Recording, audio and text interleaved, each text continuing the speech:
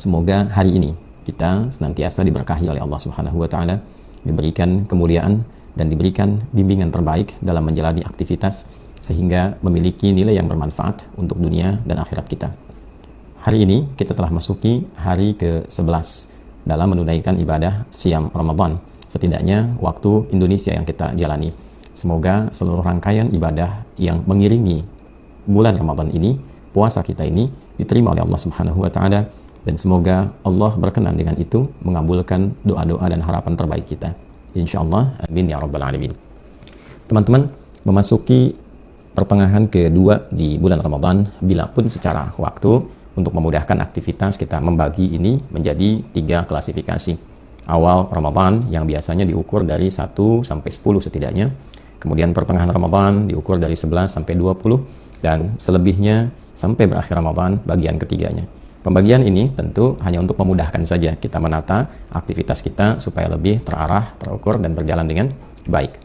Untuk itu, pertanyaan terbesarnya adalah saat memasuki pertengahan Ramadan, di bagian kedua bila kita bagi tadi, ada pertanyaan yang mesti kita hadirkan pada setiap diri kita, bagaimana kualitas puasa yang telah kita tunaikan? Atau dalam keadaan yang lebih terang lagi, apakah kiranya yang telah kita tunaikan ini dinilai berhasil dalam standar syariat seperti yang diinginkan Allah Subhanahu wa taala, ditunjukkan oleh Rasulullah sallallahu alaihi wasallam? Bagaimana mengukur keberhasilan puasa kita itu dalam standar syariat yang basicnya tentu adalah Al-Quran dan hadis-hadis Nabi Muhammad sallallahu alaihi wasallam. Itulah yang insya Allah kita akan kaji di kesempatan pagi ini waktu Indonesia bagian Barat. Bismillahirrahmanirrahim. Di dalam Al-Quran surah Al-Baqarah di ayat 183, bila kita melihat pada mushaf standar ada di halaman ke-28, teman-teman mungkin juga sudah memegang mushaf sehingga kita bisa terkoneksi dalam kajian ini. Di ayat 183 di surah Al-Baqarah yang menjadi ayat tentang dasar kewajiban puasa Ramadan itu ditunaikan, di dalam bagiannya ada sesuatu yang sangat penting untuk menunjukkan kepada kita cara mengukur keberhasilan puasa Ramadan yang kita tunaikan. Allah Subhanahu wa taala berfirman, A'udzubillahi minasyaitonirrajim. Bismillahirrahmanirrahim. Ya ayyuhalladzina amanu kutiba 'alaikumus shiyam kutiba 'alal ladzina min qablikum la'allakum tattaqun. Ya ayyuhalladzina amanu, hai seluruh yang telah menyatakan beriman kepada Allah Subhanahu wa taala, kutiba 'alaikumus shiyam, maka buktikan keberimananmu itu kepada Allah dengan menunaikan kewajiban puasa. Untuk itu diwajibkan atasmu menunaikan ibadah puasa Ramadan untuk membuktikan keberimananmu kepada Allah. Kama kutiba 'alal ladzina min qablikum, seperti ibadah puasa pernah juga diwajibkan pada generasi sebelum kalian. La'allakum tattaqun, ini poinnya. Puasa itu disiapkan agar kalian dengan menunaikan puasa itu mampu meningkatkan takwa. Teman-teman, di ayat ini ada keterangan yang sangat jelas, sangat terang benderang bahwa cara untuk mengukur keberhasilan puasa itu, parameter keberhasilan puasa itu adalah hadirnya peningkatan takwa. Dan menariknya, kata takwa di sini diungkap dalam bentuk kata kerja, tattaqun, kan? Ittaqa yattaqi, jamannya tattaqun, dalam bentuk kata kerja yang menunjuk pada objek kedua ada di hadapan. Jadi kalau memosisikan bacaan Al-Quran demikian, seakan-akan Allah itu berbicara kepada kita, kita objek yang diajak bicaranya. Ya, engkau, aku wajibkan menunaikan puasa supaya engkau makin bertakwa. Jadi ketika kita baca ayat ini, rasakan bahwa kita sedang diajak bicara.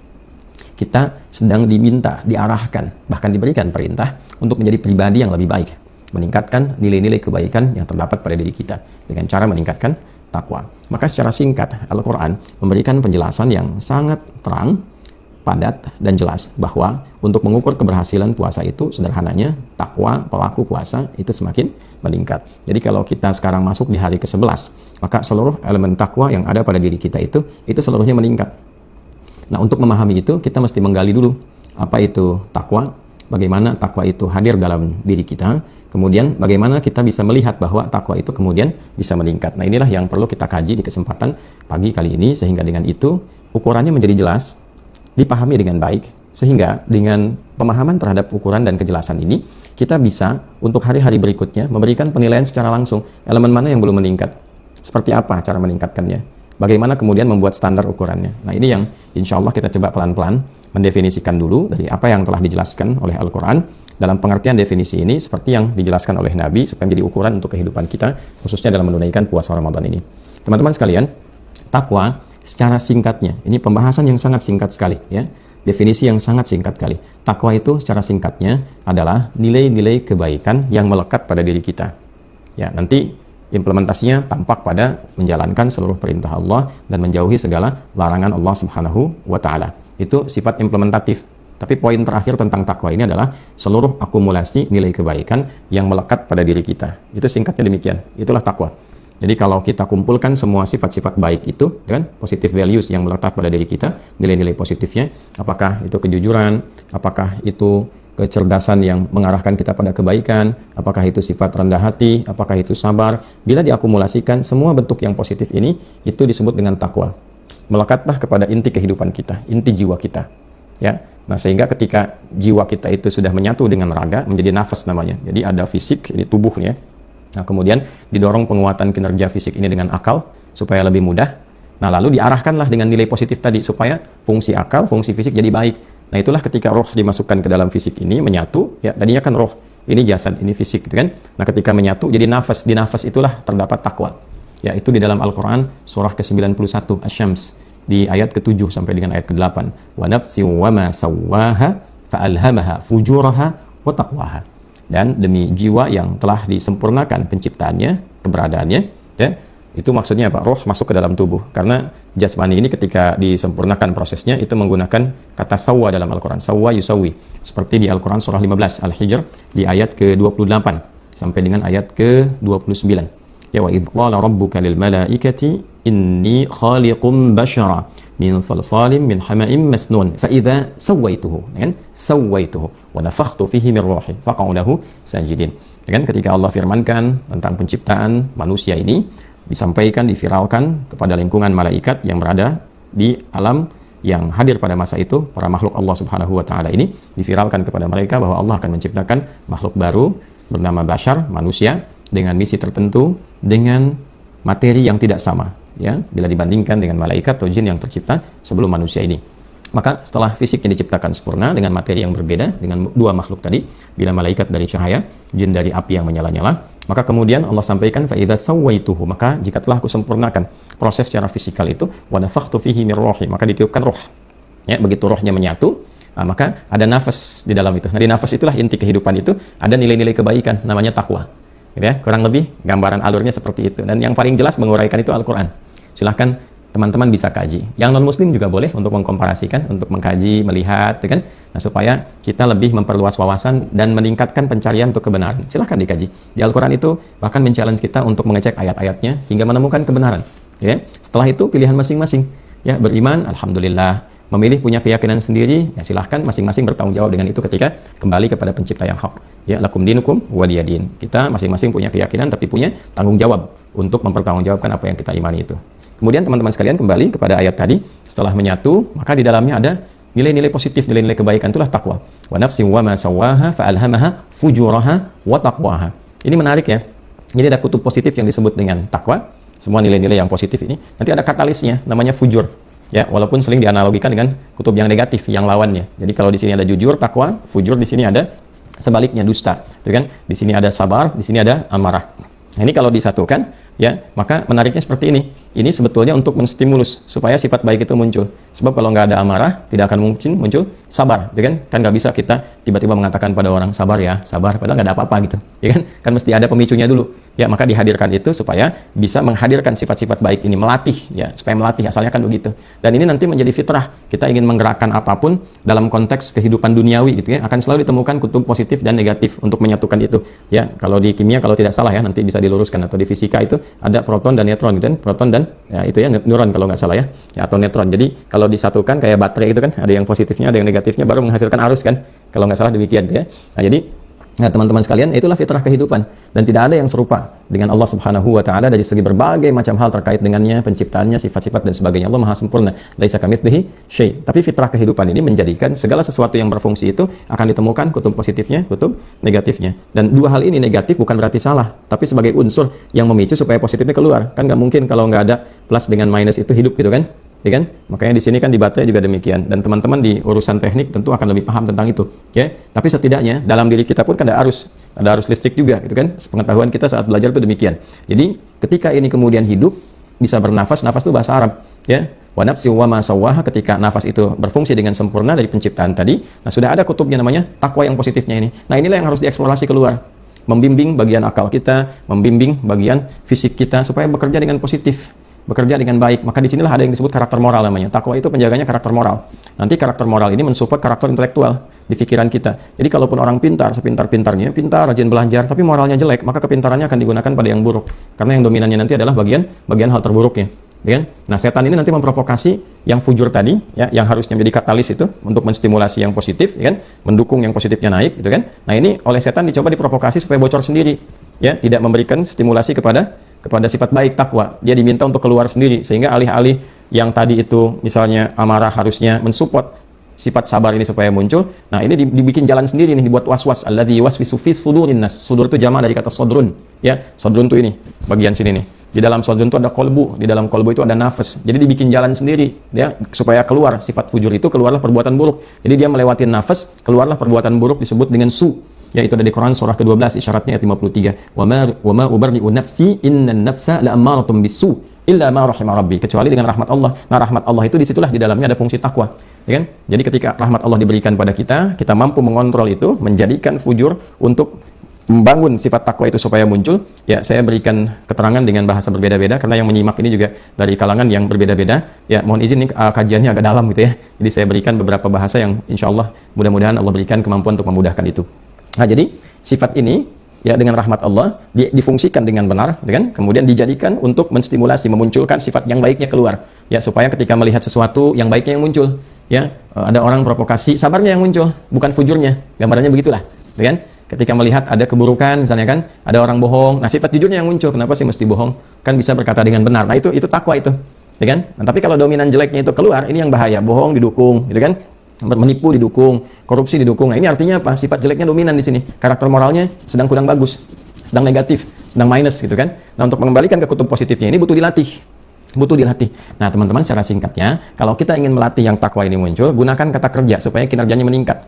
Ittaqa, gitu kan, upaya untuk meningkatkan takwa sehingga punya wiqayah. Wiqayah itu pencegah dari sesuatu yang negatif, gitu ya. Ittaqa, mengambil wiqayah, mencegah dari yang negatif sehingga positifnya muncul terus.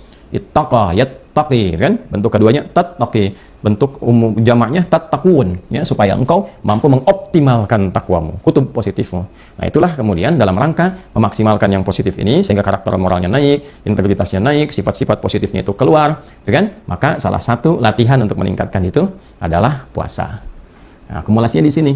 Ya, karena ini kan di dalam jiwa, mesti ada menu jiwa, nggak bisa digunakan menu fisik, berbeda. Ya, makanan fisik berbeda dengan makanan akal beda dengan makanan spiritual. Ini kan di dalam jiwa, makanan rohani. Ya, butuh nutrisinya tidak sama dengan fisik. Ya, kan nggak mungkin kita makanin akal dengan misalnya makanan-makanan fisikal. Ya, makan nasi misalnya kan, untuk menu akal kan tidak seperti itu. Ya, itu untuk fisik silahkan makan nasi atau makan roti atau makan macam-macam minum dan sebagainya. Tapi kalau kita ingin memberikan asupan untuk akal kita, menunya apa? Baca, kan? Belajar, menganalisis, menambah pengetahuan, wawasan, mengolah data diolah jadi informasi menjadi knowledge, dibangkitkan potensi-potensi akal, kan demikian. Nah, sekarang dengan logika yang sama, cara berpikir yang sama, elemen yang paling penting, unsur kehidupan pada diri kita, ini rohani, tubuh kita paling dalam. Nah, bagaimana memberi makannya? Menunya seperti apa? Supaya apa? Sifat-sifat takwanya naik keluar ini. Di sini ada sifat takwa. Di sini ada karakter intelektual, kepintarannya muncul, gitu kan? Di sini kekuatan fisiknya muncul, keras bagian luar. Di sini kekuatan spiritualnya yang muncul. Takwanya. Menunya apa? Nggak ada yang lain karena kaitan dengan roh. Roh itu punya Allah. Wa nafakhtu fihi min rohi. Kan? Aku tiupkan roh dariku langsung, tuh Allah yang kasih. Nah, karena sumbernya dari Allah, kan? Maka menunya pun Allah berikan. Berupa apa? Singkatnya ibadah. Karena itu semua terkait dengan ibadah itu pasti kita akan temukan peningkatan nilai-nilai ketakwaan. Misal kita menunaikan sholat ini, apa relasi sholat dengan takwa itu? Ternyata salah satunya itu adalah sholat itu menu dari takwa, supaya takwa keluar. Kita temukan itu misalnya di Al-Baqarah tuh, di ayat kedua sampai 3 gitu kan. Dzalikal kitabu la raiba fihi hudal lil muttaqin. Siapa muttaqin yang disebutkan di sini orang takwa ini? Ayat 3-nya, alladzina yu'minuna bil ghaibi wa yuqimunas shalah. Itu orang-orang yang yakin kepada Allah walaupun tak tampak dalam pandangannya, ya kan? Dan dengan keyakinan itu dia ingin meningkatkan takwa dengan cara menyempurnakan salat. Jadi salat itu menurut takwa. Kita salat itu supaya sifat baiknya itu keluar. Makanya orang yang salatnya benar, di antara ciri keberhasilannya, keluarlah nilai kebaikan, muncul wiqayah tadi, pencegah dari keburukan. Buruk itu kan dua. Kalau bukan buruk sumber dari syahwat, nafsu, kan? Itu disebut fahsya namanya. Ya, pornografi, porno aksi, LGBT, kata-kata jorok, zina dan turunan itu fahsya namanya. Atau hal yang diingkari oleh hati kita, sumbernya nafsu perut dan akal, itu mungkar namanya.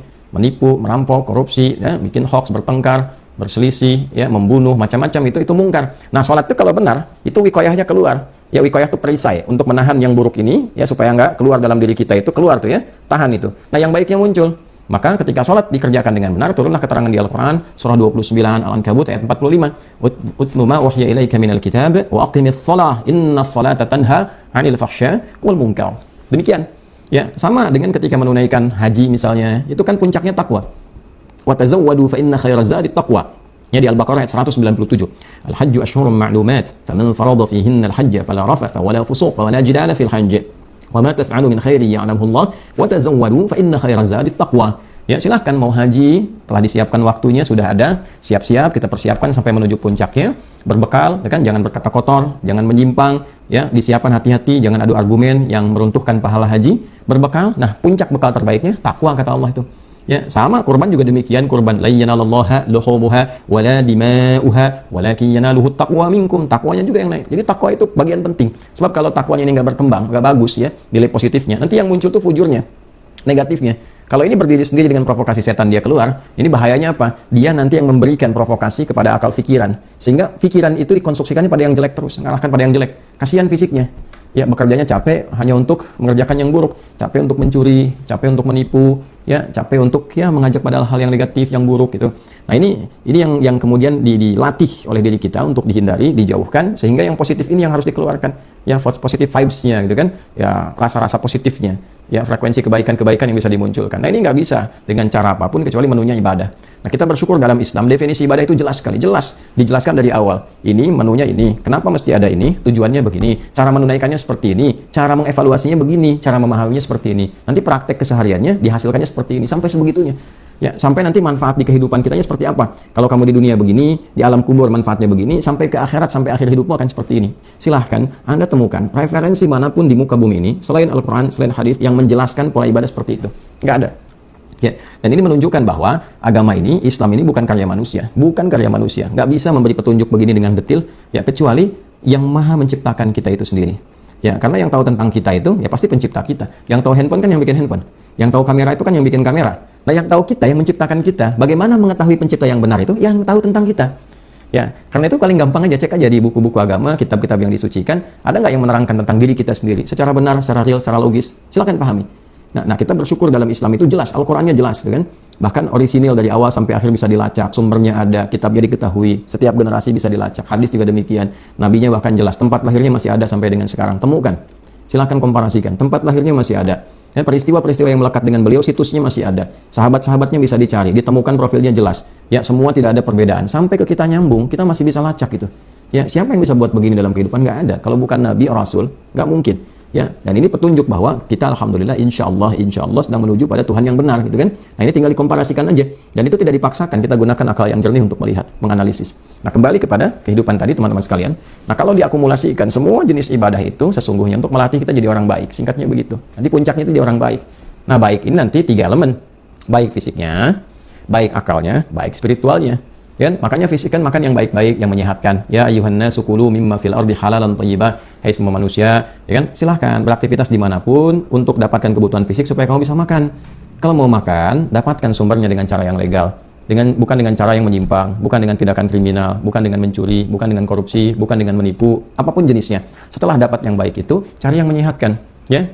Nah, ini, apalagi orang beriman, ya ayyuhalladzina amanu kulu min thayyibati ma razaqnakum. Hai orang-orang beriman, kami telah kasih rezeki, dengan rezeki itu makan yang baik-baik. Ya kan? Yang menyehatkan.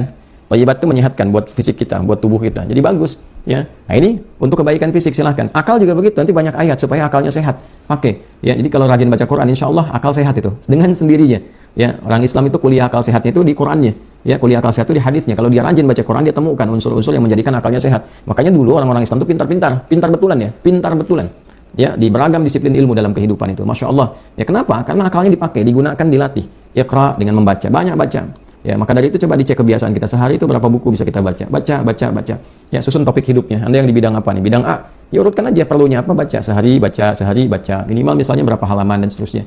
Ya, nanti ada tilawah, menganalisis, memahami sesuatu. Setelah bisa baca, pahami yang dibaca, buat kesimpulan, ya kan? Nah, makanya anak SD kan baru bisa baca di awal kan. Nanti setelah dia kelas 4, kelas 5 belajar kemudian menyimpulkan dengan menceritakan apa yang dia baca itu. Makanya di Quran juga ada nanti nilai-nilai cerita sehingga mudah dicerna supaya bisa cerita lagi. Ya, cerita tentang para nabi, cerita orang-orang soleh, cerita tentang orang yang menyimpang yang tidak layak ditiru, sehingga anak-anak itu bisa mudah cerita. Ya, dengan cerita itu artinya apa? Dia hafal isi yang dibaca. Nanti tinggal mengerti nilai, berikan nilai, semakin naik kasih value nilai yang baik ini ya, ikutin, yang jelek ini nggak usah diikutin. Kalau cara kita begitu, itu luar biasa. Nanti naik tingkat lagi ada tafakkur, mulai mengkonstruksikan pikiran untuk merumuskan kebaruan yang bermanfaat dalam kehidupan, ya kan? Nah, afala tatafakkarun. Nanti ada tadabbur, menganalisis satu kejadian ini kenapa, sebabnya kenapa, ada studi, nanti dibawa ke dunia apapun, bisa ke dunia bisnis ya, untuk menemukan kebaruan itu kan mesti belajar juga. Ya, kejadian di sini melahirkan ini, ya. Ada gejolak seperti ini, apa yang harus kemudian ditemukan kebaruannya untuk mengatasi itu. Ada musibah banjir, kenapa banjir terjadi? Oh, sebabnya begini. Ah, itu tadabbur namanya. Begitu diperhatikan, oh ini latar belakangnya seperti ini, maka diberikan solusi supaya nggak terjadi lagi begini. Ya, penertiban bangunan, penertiban ini, jalur airnya kemudian diarahkan pada yang benar dan sebagainya. Alam dikembalikan lagi. Itu tadabbur namanya. Ya, semua itu nanti puncaknya tadzakur. Ya, tadzakur itu mengingatkan kita dengan Sang Pencipta, dengan Allah Subhanahu wa taala. Ya, kalau sudah ingat Allah, maka jiwa berfungsi. Roh, kan rohnya ini punya Allah. Ya, menghamba jadinya. Menghamba, diberikan menunya, datanglah sholat. Ya, datanglah kemudian kita baca Al-Quran, datanglah zikir. Jadi nanti kalau orang berhenti di fisik aja, itu paling makan, minum, tidur, makan, minum, tidur. Ya, kata Buya Hamka nanti nggak ada beda dengan hewan. Hewan juga begitu, makan, minum, tidur, dan sebagainya. Harus naik level. Levelnya kemana? Isi menu akalnya. Berpikir, menganalisis, mencintai alam, mengatur, dan sebagainya, supaya ini jadi lebih baik, sesuai dengan petunjuk Allah. Kalau baru nyampe sini, ini baru nyampe akal.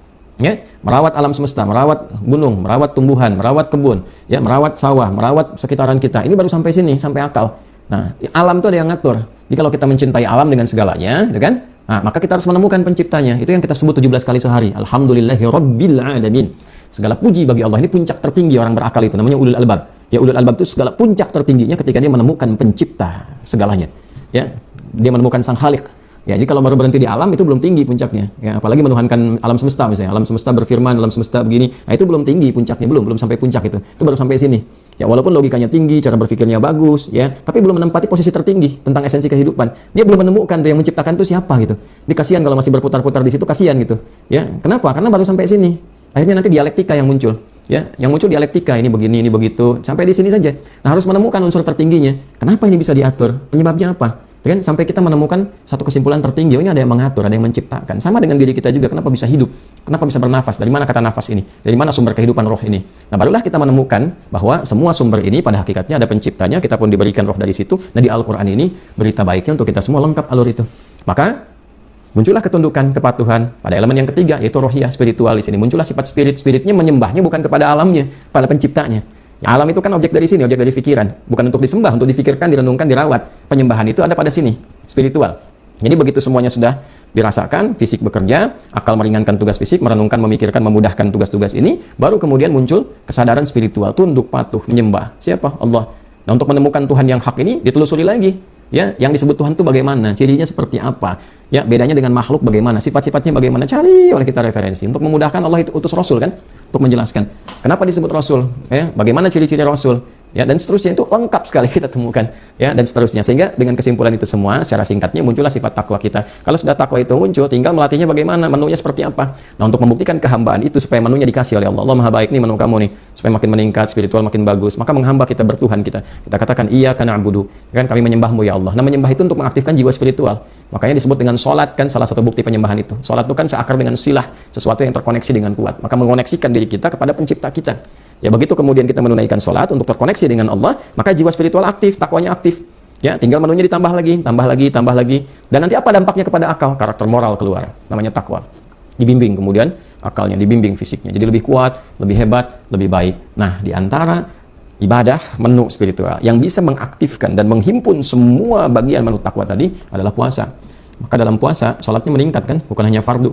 Sunnahnya meningkat, sampai malam tuh tarawih banyak rakaatnya untuk mengaktifkan ini. Baca Quran, makin sering makin banyak. Sedekah, kan? Makin banyak. Makanya kalau orang makin puasa yang makin bagus, takwanya pasti makin naik. Itulah sebabnya kenapa menggunakan kata kerja di ayat ini. La'allakum tattaqun, supaya karakter kinerja kamu tuh meningkat. Jadi kalau sudah aktif takwanya, bukan diam. Ya, bukan pasif ini, apalagi stagnan menurun tidak. Ya, tapi dia naik tuh. Jadi begitu takwanya itu naik, ya, kemudian dia memberikan sinyal ke seluruh bagian tubuh. Jadi aktif, pikirannya aktif, fisiknya aktif. Ya? Makanya cenderung secara fisikal, orang-orang yang puasa itu ketika dia berhasil puasanya, fisiknya lebih sehat, lebih kuat, lebih aktif, lebih dinamis. Ya, maka dalam satu riwayat dikatakan, sumu tasihhu, puasalah kalian supaya kalian sehat. Ya, secara sanad riwayat ini ada yang dianggap lemah. Ya dhaif, namanya Zuhair bin Muhammad dalam hadis ini. Tapi ulama sepakat matannya semua itu sahih, bisa digunakan dalam fadailul a'mal, menunjuk pada keutamaan amalan. Ya, dan dia tidak bertentangan dengan spirit Al-Qur'an, tidak bertentangan dengan makna hadis, tidak bertentangan bahkan dengan ilmu kesehatan. Ya, ketika diriset betul orang puasa itu sehat secara fisikal, bahkan ada yang menganalisis dengan cara tajam pada bab tertentu. Ya, saya pernah lihat video seorang yang memberikan penjelasan bagaimana dampak puasa itu pada kesehatan tubuh. Ketika tubuh makin lapar, kan ada bagian dalam tubuh kita yang makan sel-sel yang tidak baiknya, bahkan ke kanker, ke macam-macam dan sebagainya, kan? Nah, itu bab kedokteran sendiri, silahkan para dokter menjelaskan. Tapi pada umumnya orang sepakat ketika puasa sehat. Artinya apa? Fisik makin bagus. Nah, karakter kinerja makin meningkat. Dulu orang-orang kalau puasa itu makin aktif kegiatannya, makin bagus. Ya, nah sekarang tinggal bawa ke suasana kita. Ini udah 10 hari, sekarang kali ke-11, gitu kan? Coba dilihat. Nah, kalau misalnya produktivitas dari fisiknya ini menurun, berarti ada yang belum nyambung nih ya antara nilai puasa dengan peningkatan fisikal. Ya, kalau kebanyakan tidur kan, makanya pernah saya sampaikan dalam salah satu kesempatan Jumat, orang puasa itu ditempatkan dimanapun, inovasinya, pekerjaannya itu makin bagus. Ya, coba lihat trennya tuh, lihat statistiknya di perusahaan-perusahaan tuh yang muslim-muslim yang makin puasa tuh, ya makin lemas apa makin semangat ya. Nah, kalau makin semangat, makin baik artinya. Nah, sama dengan ini akalnya juga. Ya, orang-orang puasa itu kan Nabi aja dilatih gitu, Nabi dilatih gitu. Ya, Allah kirimkan malaikat Jibril datang setiap malam Ramadan untuk melatih Nabi dengan nilai Quran, dengan Quran itu. Jadi kalau kita lihat hadis-hadis bahkan di Al-Bukhari, di Muslim itu kan. Nah, dari Ibnu Abbas radhiyallahu taala anhuma menjelaskan Nabi itu orangnya sangat lembut, karena Nabi sallallahu alaihi wasallam ajwadan nas, itu kan, wa ajwadu ma yakunu fi Ramadan atau kama qala, beliau itu orang lembut, orang baik, orang paling luar biasa saat Ramadan itu masuk, gitu kan? Dan yang paling menarik itu apa? Hatta yansalikha, terus ayatihi Jibril alaihi salam, ya'ridu alaihi al-Qur'an. Maka Jibril datang setiap malam Ramadan itu ya menampilkan Quran, mengecek bacaan Nabi, mengecek pemahaman Nabi, gitu kan? Sampai setelah mempelajari, mengkaji Quran itu, apa yang terjadi? Ya, Nabi menjadi pribadi yang lebih indah lagi, lebih lembut lagi dibandingkan dengan angin yang bertiup sepoi-sepoi dan sebagainya. Artinya apa? Ada kegiatan intelektual selama Ramadan, ada kajian-kajian. Maka diikuti sunnah ini oleh para sahabat, kan? Diikuti sunnah ini oleh para tabi'in. Para sahabat itu sampai mengajarkan para tabi'in, generasi setelah mereka hidup itu diajarkan. Ya, jadi Nabi meninggal, sahabat ada. Nah, di zaman sahabat ini mengajarkan orang-orang hidup di masa itu yang belum pernah ketemu Nabi, belum berjumpa Nabi. Gimana cara ngaji Qurannya itu supaya benar? Ya, kata orang-orang yang belajar di masa itu, kami kalau belajar dari kalangan sahabat itu, ya sedikit-sedikit. Kadang 5 ayat, tapi dipahami dulu, setelah paham diamalkan dulu. Jadi kami memahami itu dengan ilmu dan amalnya sekaligus. Itu sangat luar biasa, teman-teman sekalian. Nah, jadi model-model seperti itu menunjukkan bahwa ada kajian peningkatan akal. Ya, akalnya hidup. Nah, ini sekarang alhamdulillah di Indonesia itu dibiasakan dengan kultum, kan? Kuliah 7 menit, kuliah 17 menit, kuliah terserah antum, ya terserah lah gitu kan. Tapi ini menunjukkan bahwa ada giat akal yang bekerja, aktivitas intelektual yang hidup, ya. Nah, maka kehidupan ini digunakan pada yang positif. Ya, kalau saya sarankan kajian-kajian itu jelas bikin kurikulumnya terukur, yang bermanfaat, ya, yang tidak menimbulkan ya gejolak-gejolak, ya, kegelisahan-kegelisahan. Nah, jangan sampai kultum-kultum itu ya melahirkan hal yang tidak positif. Ya, kalau bagi saya coba diukur manfaatnya apa. Misalnya kultum di kalangan komunitas pebisnis, ya bahas tentang bisnis, kajian ayat Qurannya apa, hadisnya apa. Di pemerintahan misalnya keluarkan aja ayat-ayat tentang kehidupan pemerintahan. Ya, misalnya ada Kitabul Imarah di Sahih Muslim, tata kelola pemerintahan. Selama Ramadan kaji di setiap unsur institusi pemerintahan. Itu keluarkan ayatnya, keluarkan hadisnya. Ya, makanya tahun ini saya bawa beberapa ulama, alhamdulillah Allah mudahkan mendampingi itu institusi kementerian, ya ada yang di TNI, ada yang di kepolisian, ada yang di kementerian, di masyarakat. Terus babnya dikhususkan pada kepentingan di bidang-bidang itu. Ya, misalnya ada Kementerian Pendidikan, apa ayat-ayat tentang pendidikan? Bagaimana mendidik yang baik, belajar yang baik, ya mencetak pendidik yang tulus, yang benar, yang baik, tapi juga sejahtera. Itu kan ayatnya ada, hadisnya ada. Kitabul Ilmi di Sahih Bukhari topik nomor 3, itu kan urutan tentang belajar. Ya, kemudian di kementerian apa lagi misalnya pertanian, ini sekarang ada isu ketahanan pangan. Silahkan cari kitab di muka bumi ini yang berbicara tentang ketahanan pangan selain Al-Quran, silahkan cari. Di Al-Quran lengkap. Kita kaji pentingnya makanan. Makanan yang baik itu bagaimana? Bagaimana menata pangan itu supaya bisa ditata dengan baik, supaya bisa swasembada, dijaga sampai target berapa tahun. Lengkap. Ya, dari ayat-ayat umum tentang pentingnya asupan gizi yang sehat, ya kan? Sekarang ada makanan bergizi tuh, ya kan? Nah, gimana tuh ayat-ayat mengajarkan kita supaya makanan itu betul-betul bergizi dengan baik? Dan ukurannya bagaimana disebut bergizi itu? Ya, pada perubahan perilaku, bukan hanya tubuhnya tumbuh sehat, kuat gini, tapi ada perilaku juga yang nanti beririsan dengan itu semua. Di surat Yusuf bahkan jelas tentang ketahanan pangan. Menterinya ada, gitu kan? Yang ngurus itu, seperti apa turunannya, itu ada. Dibawa lagi ke urusan hukum misalnya kan, nah, sampai ayat-ayat tentang perjuangan, ketahanan, Kamtibmas, ya sampai sekarang ada KPK sibuk, ada lagi tuh. Kalau di hadis Muslim kita ngaji itu ada tuh, ya tentang rasuah itu seperti apa, larangan sogok menyogok, apa kecenderungan orang yang bisa disogok, apa kecenderungan orang yang bisa menyogok, bagaimana mencegah itu, ada divisi pencegahan, ngajinya itu aja yang dikaji, nggak usah jauh-jauh, Nanti gambaran itu dipraktekkan. Penguatan spiritualnya bagaimana? Apa solusinya tuh supaya pencegahan itu bisa dilakukan dengan maksimal? Spiritualnya harus kuat. Kan ini membentuk karakter moral. Kalau moralnya rusak, integritas nggak ada. Nah itu ngaji ke sini babnya. Nanti diterapkan di bab intelektual, turunkan. Ya, jadi rumusan pengetahuan. Kan ada data, diolah jadi informasi, diolah jadi knowledge. Ya, ketika ini dilatih, knowledge-nya apa? Dipelajari. Ya, diturunkan jadi kurikulum. Ya, kan ini cukup menarik nih kalau dilihat secara statistik. Silahkan dicek lah. Ya, yang kasus-kasus terjadi kemarin itu, ya kan? Itu kan dicek itu masih muda itu karirnya. Ya, yang terjadi di salah satu BUMN itu yang mengoplos Pertamax dengan yang lainnya Pertalite itu kemarin, kan yang rame-rame itu kan yang ditangkap tuh muda-muda kelihatan pakai jaket-jaket pink gitu kan, muda-muda itu. Karena bayangkan tuh kan anak-anak muda yang karirnya masih panjang, orang-orang muda, kan kenapa terjebak dengan gaji yang sudah bagus, mahal, posisi tinggi, masih korupsi gitu, ya kan? Nah itu baru sampai situ, belum yang lainnya. Ini kan perlu kesadaran ini. Ada sesuatu yang tidak tepat. Generasinya bagaimana membangun masa depan, menciptakan generasi emas tapi keropos dari awal, kan jadi masalah gitu. Nah, untuk itu, teman-teman sekalian, Ramadan itu bidang pengkajian. Tapi pengkajiannya, kalau bisa, tadi sekali lagi, kita arahkan pada yang spesifik yang kita butuhkan. Ibu-ibu ngaji, kan banyak ibu-ibu pengajian ibu-ibu itu. Ya, jangan tinggi-tinggi yang kadang-kadang nggak diperlukan.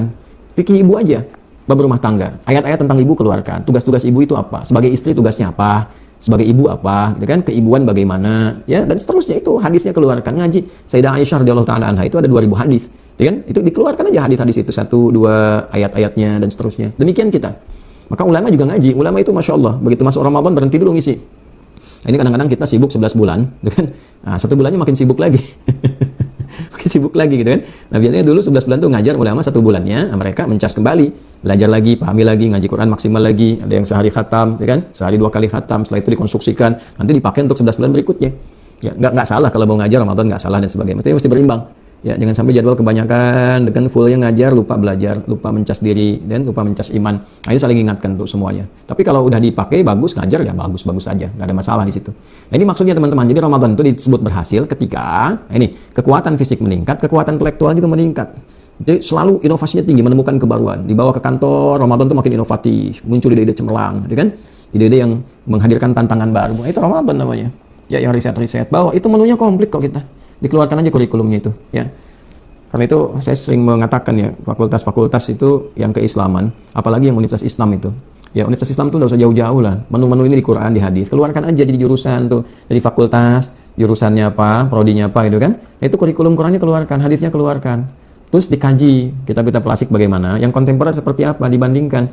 Nah, ini belum baca Qurannya sudah bahas masalahnya. Ya kan? Dan yang paling menarik begini, ya kan? Yang paling menarik itu kan fakultasnya Islam ini, ya kan? Tapi Qurannya nggak dikaji, hadisnya nggak didalami. Yang dibahas pendekatan luar, pendekatan teori-teori kekinian, yang bahkan kadang-kadang bertentangan dengan nilai Quran, kan jadi aneh. Terus definisi fakultas Islamnya di mana? Definisi universitas Islamnya di mana? Nilai keislaman yang tampilkan seperti apa? Ya kan? Ya maju boleh, modern boleh, tapi juga mesti punya kejelasan gitu kan. Nah, di situ kemudian penting riset itu dikembangkan kembali. Ya, Islamic worldview-nya itu mesti muncul. Nah, sehingga kita bisa merasakan bahwa beragama ini benar. Ya, bagaimana bisa merasakan nikmatnya beragama kalau nggak dipraktekkan? Bagaimana tahunya kalau Quran benar ini kalau nggak dipraktekkan? Ya, Quran mengatakan pandangan kamu jaga pakai iman, ya kan? Iman itu punya standar melihat. Nah, kalau nggak pernah dipakai, nggak tahu nikmatnya memandang dengan iman tuh. Ya, sama bekerja dalam kehidupan ini, kalau nggak dipraktekkan ayat-ayat Quran, kita nggak merasakan nikmatnya berislam itu seperti apa. Dalam hadis kalau nggak dipraktekkan, cuma jadi teori, nggak merasakan nikmatnya Islam. Jadi cerita nanti, cerita tentang orang dulu, ya, tapi nggak bisa merasakan kenikmatannya. Nah, ini teman-teman sekalian, puncaknya adalah ini, spiritual. Hidupkan masjid, masjid hidupkan loh, hidupkan. Ya, dan kita bersyukur pada Allah, tidak ada yang seindah yang kita dapatkan itu ya dibandingkan nikmat bernegara. Alhamdulillah Allah jadikan kita bagian dari warga negara Indonesia, nikmat merdeka, nikmat orang tua kita yang harus kita jaga ya. Generasi sekarang kita semua tanpa kecuali kita kompak bersatu, capek energinya. Bangsa ini sekali lagi terlalu tegang. Ya, kelihatan sekarang tuh pada tegang. Kenapa terlalu tegang menjalani kehidupan berbangsa bernegara?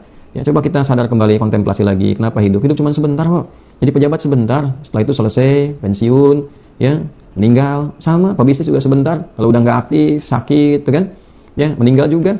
Ya, sama juga ulama juga begitu, hidupnya sebentar, dosen hidupnya sebentar. Kita semua demikian. Jadi kalau kita berpikir tentang ini, ya untuk apa terlalu rakus juga? Ya, dalam tanda petik ya, kalau ini yang aktifnya ini yang fujur tadi, nah dominasi, berpikirnya jadi nggak sehat. Kemana-mana nggak sehat, sini nggak sehat, sini nggak sehat. Ngumpul-ngumpul tapi nggak dipakai, itu bangga aja tapi nggak ada manfaat. Terus jiwa-jiwa keburukannya ini muncul, ingin menguasai. Kalau sudah begitu tuh nanti sifat satanis itu muncul, diprovokasi sama setan itu. Ya, hanya muncul kriminalitas, menyingkirkan orang, eksekusi orang, yang bertabrakan dengan nilai-nilai semangat kita merdeka dari dulu, kan? supaya muncul nilai kebaikan. Kan kita itu deklarasinya jelas, atas berkat rahmat Allah yang Maha Kuasa, itu kan, dengan rahmat dan berkah itu kan meningkatnya kebaikan. Jadi merdeka itu semakin baik. Rahmat itu mengandung kasih sayang yang melahirkan kebaikan-kebaikan yang sifatnya berkepanjangan, berkemajuan. Harusnya setelah merdeka berkasih sayang, saling menyatu. Nah, maka dari itu yang menjaganya apa? Takwa ini. Kita bersyukur tuh, ya, negara menjaga keberagaman kita. Bahkan dasar negaranya pun bertuhan. Pasal 29 ayat 1, ya, negara berdasar atas ketuhanan yang Maha Esa. Mengimplementasikan nilai ketuhanan itu diterjemahkan dalam bentuk ibadah yang dijamin oleh negara. Pasal 29 ayat 2, negara menjamin kemerdekaan tiap-tiap penduduk untuk memeluk agamanya masing-masing dan beribadah menurut agama dan kepercayaannya. Itu dijamin kita. Jadi umat Islam itu hidupkan masjidnya, hidupkan kajiannya, gitu kan? Nah, tapi jangan sampai hidupkan masjid, kajian untuk mencemooh orang, jelek-jelekan orang. Tidak. Tingkatkan nilai keislaman untuk bersatu. Terus dibuat halakoh-halakoh sesuai dengan profesinya.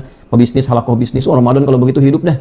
Ya insya Allah hidup. Halakoh bisnis untuk pebisnis, halakoh guru, ya, halakoh dosen, halakoh ilmuwan, kaji ayat Quran. Kalau dihidupkan begitu, Masya Allah. Ya. Kementerian Agama membuat sistem demikian, dibimbing masyarakatnya dan sebagainya, dihidupkan. Anggarannya ada gitu kan, menghidupkan masjid dari awal dan seterusnya Ramadan sampai habis. Masya Allah. Terus jiwanya baik-baik, itu yang kita dambakan kan, kompak semua. Ya, halakoh di lingkungan pejabat, ditata lagi moralnya, akalnya, ya, visinya. Makanya kenapa hampir seluruh bagian institusi kita itu pasti ada jiwa takwa di dalamnya. Ya kan? Nah, kita kalau urut-urut, nah, apalagi di dunia pendidikan ada takwa. Undang-undang Sisdiknas itu kan, ya, dari sejak asal menimbang yang saya ungkapkan ada takwa di situ. Undang-Undang Dasar 1945, ya, mengamanatkan pemerintah mengusahakan menyelenggarakan satu sistem pendidikan nasional yang meningkatkan keimanan dan ketakwaan pada Tuhan Yang Maha Esa. Itu di poin B itu yang menimbang itu. Ya, dibawa ke tentara, saya sering katakan di Sabta Marga itu ada 7, yang ketiganya itu disebut Satya ketika ada takwa. Ya, kami Satya Indonesia yang bertakwa pada Tuhan Yang Maha Esa, membela kebenaran, kejujuran dan keadilan. Di Polisi Tribrata nomor 1-nya takwa. Kami Polisi Negara Kesatuan Republik Indonesia yang beriman dan bertakwa pada Tuhan Yang Maha Esa. Di Hakim ada Pancadharma nomor 1-nya takwa. Kami Hakim Indonesia yang beriman dan bertakwa pada Tuhan Yang Maha Esa. Itu semua deh. Ya, BPK bawa masuk tuh ada takwanya juga. Itu semua itu unsur takwa itu masuk hadir. Ya, bahkan Presiden mau bikin keputusan sampai ke level bupati sampai ke bawah, itu di atasnya itu dengan rahmat Tuhan Yang Maha Esa. Terus di atasnya itu ada logo bintang begini, terus pada kapas. Bintang kan ketuhanan. Ya, jadi bikin keputusan itu karena bertuhan itu. Ya, saya senang Presiden Pak Prabowo itu membuka pidato dengan bismillah, bismillahirrahmanirrahim. Bismillah itu kan dengan nama Allah disebut tuh. Ya, bertuhan. Nah, kalau bertuhan berarti harus benar. Ya, kalau bertuhan itu harus selaras dengan apa yang diinginkan dengan rahmat, supaya rahmatnya turun. Ya, dengan rahmat Tuhan Yang Maha Esa. Bismillahirrahmanirrahim. Nah, ketika kita menggunakan itu, maka jaga aturan-aturan Allah, aturan-aturan Tuhan, maka rahmat diturunkan. Maka kehidupan berkasih sayang, kinerjanya bakal bagus, program-program berjalan dengan benar karena di bawah naungan rahmat. Ya, di bawah naungan rahmat. Maka ketika bertuhan, padidan kapas hidup, keadilan sosial bagi seluruh rakyat Indonesia. Maka muncullah keadilan itu ketika Tuhan itu dipegang, hukum-hukumnya dilakukan, ya kan? Jadi pegangan dalam kehidupan. Nah, inilah teman-teman sekalian, sekali lagi la'allakum tattaqun, supaya hidup jiwa takwanya, supaya hidup jiwa takwanya. Jadi kalau itu hidup, maka ini fisik bekerja dengan takwa, pikiran bekerja dengan takwa, spiritual bekerja dengan takwa, dan itulah manusia paripurna. Jadi puasa itu mengembalikan kita pada keadaan paripurna dengan misi manusia diciptakan untuk memakmurkan kehidupan dunia ini dalam rangka mencari bekal pulang untuk kehidupan akhiratnya. Hari ke-11 sekarang. Untuk mengevaluasi 10 hari sebelumnya, mari kita lihat bagaimana 3 elemen kehidupan ini berfungsi dengan baik, meningkat dengan baik selama Ramadan. Masih ada waktu, setidaknya hari ini, untuk mengevaluasi ulang kehidupan kita, meningkatkan bagian dari takwa yang sesuai dengan pilihan kehidupan yang kita jalani. Semoga bermanfaat. Mohon maaf bila didapati kekurangan. Semua kebaikan bersumber dari Allah, bersumber dari petunjuk Rasulullah SAW. Kekurangan dari kami pribadi mohon dimaafkan dan semoga bisa diperbaiki. Subhanakallahumma rabbana wa bihamdika, nasyhadu an la ilaha illa anta, nastaghfiruka wa natubu ilaik. Alhamdulillahirabbil alamin. Assalamualaikum warahmatullahi wabarakatuh.